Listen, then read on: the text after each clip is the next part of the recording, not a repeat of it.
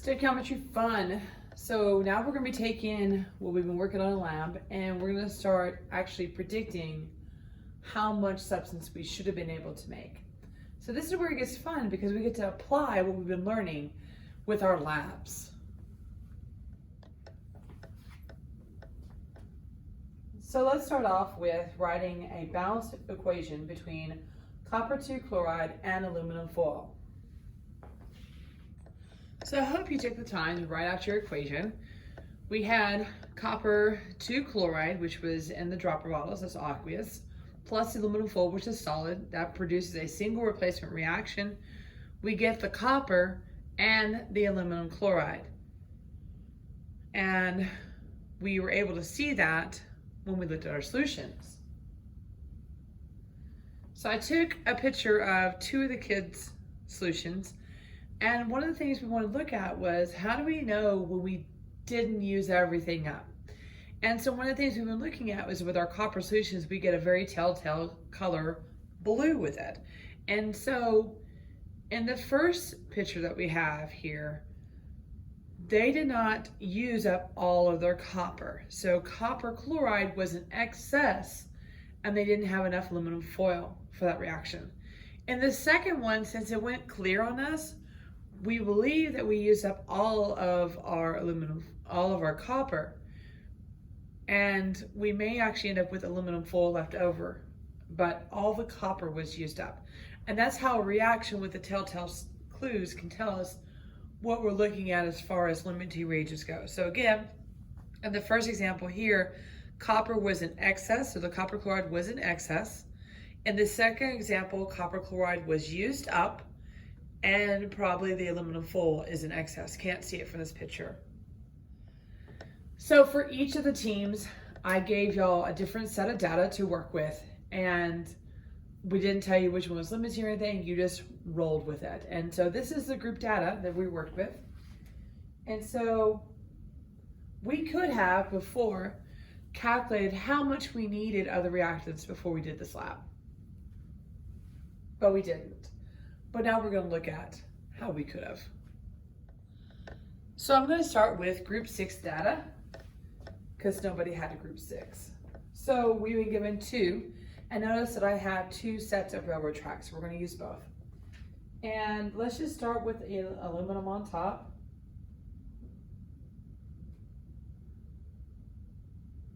And so we'll start with that 0.25 grams of aluminum over 1. There's no change to what we're starting with. So first step is I got to get from grams to moles. And so I'm going to go to my periodic table. Aluminum's molar mass is 26.98. So let's just round that to 27 grams aluminum to 1 mole of aluminum. Now, this is where your equation comes into play, because I need to do a step from aluminum to what I'm interested in. So I'm going to put mole of aluminum because that's what I'm interested in.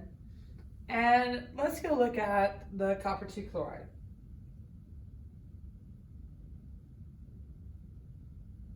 Okay. Now, this step relies on your balanced equation. So we'll go back to our balanced equation we wrote. And we have a 2 in front of the aluminum, and we have a 3 in front of the copper chloride.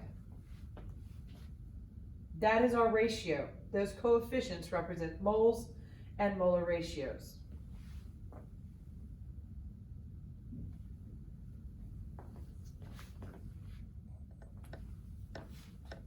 So we said we put a 3 in front of the copper chloride, a 2 in front of the aluminum.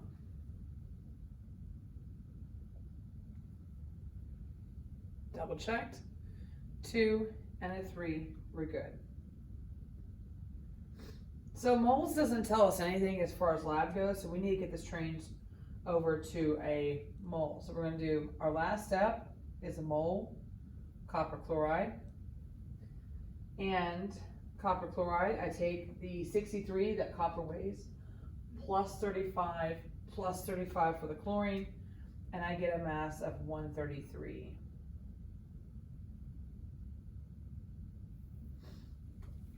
okay? Now, we need to do our math. So we'll do 0.25 times 3 times 133. I'll get that product. And then I'm going to divide by 27 times 2.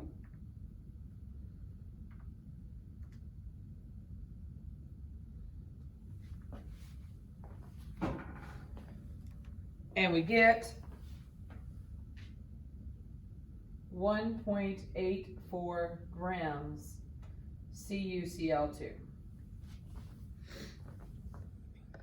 Okay, so what does this mean? So that means for 0.25 grams of aluminum, I only need 1.84 grams of copper chloride. I have 0.25 and I need 1.84. Okay?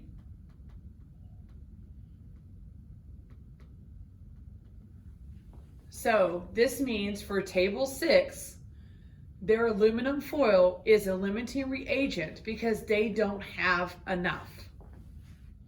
So I went ahead and I ran the second calculation here where I took the 4 grams of copper chloride and I ran it to find out how much aluminum you needed. So if I wanted to use up all of this 4 grams of copper 2 chloride, I would need 0.54 grams of aluminum. So I don't have enough aluminum for this reaction. So this means that the aluminum is a limiting reagent and this is my excess.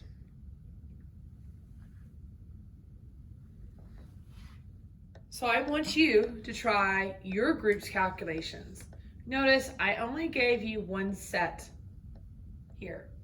You only need to run one against the other. So find out how much of the other you'll need. So I would suggest start with the aluminum and find out how much copper 2 chloride you would need. So a few extra things on this. I wanted you to examine a little bit closer on your lab. What is the molar mass of copper 2 chloride dihydrate? So in our calculations, we focus on the copper 2 chloride, but it is a hydrate. So we need to just simply take our copper plus the 2 chlorides plus 2 waters to get this mass.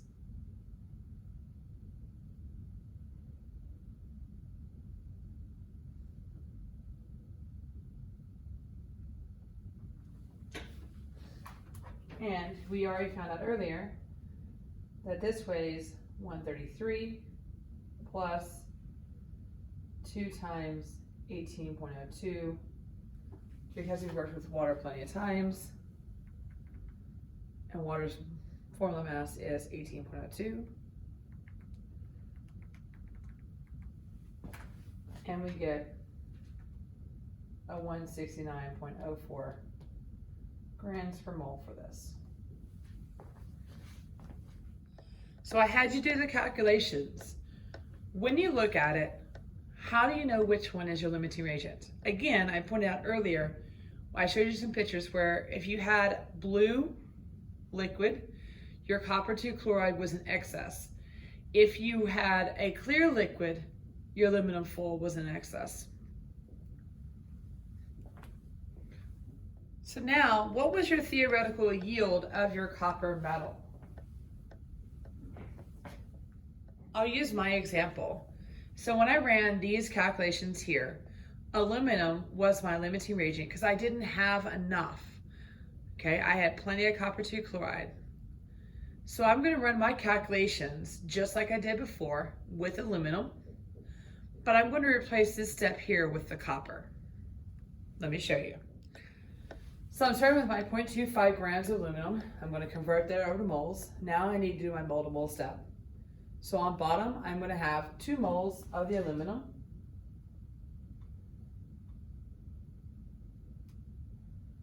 And I want to find out how much copper I can produce. So now I'm going to put on top the 3 moles of copper.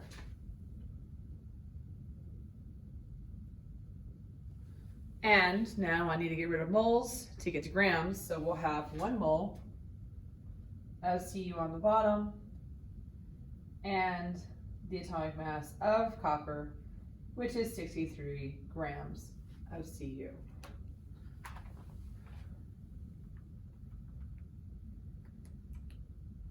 So now we'll simply calculate.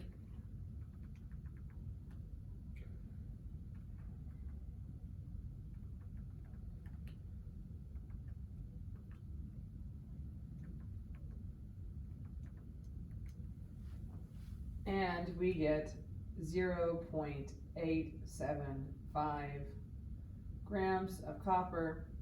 I only had 2 digits, so I'm going to round this up to 0.88 grams of copper. So if you're able to isolate your copper, that should be the max that you should be able to obtain, is 0.88 grams of copper. And understand, theoretical yield means if everything goes well, that's the most I can produce. Okay? It's the real world. Not all the atoms are ready to react. So this time I want to know what my theoretical yield of aluminum chloride is. So again, we're going to need our equation, and we're going to start again with the aluminum because that is our limiting reagent.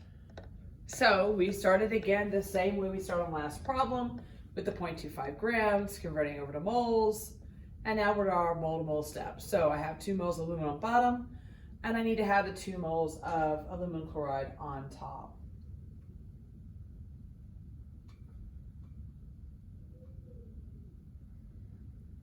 So we need to change from moles to grams, and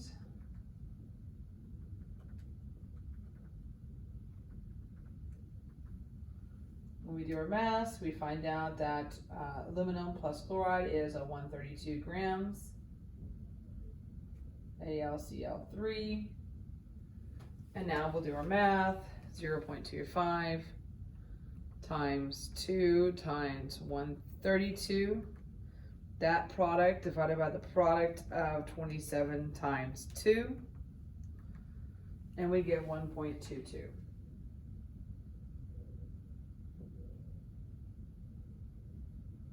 So if you're able to weigh out our aluminum chloride, if we allowed it to evaporate out, this is the max that we can produce. So for your lab report, you need to complete it. Regular Chem, you complete through questions 1 and 2, pre-AP questions 1 through 7.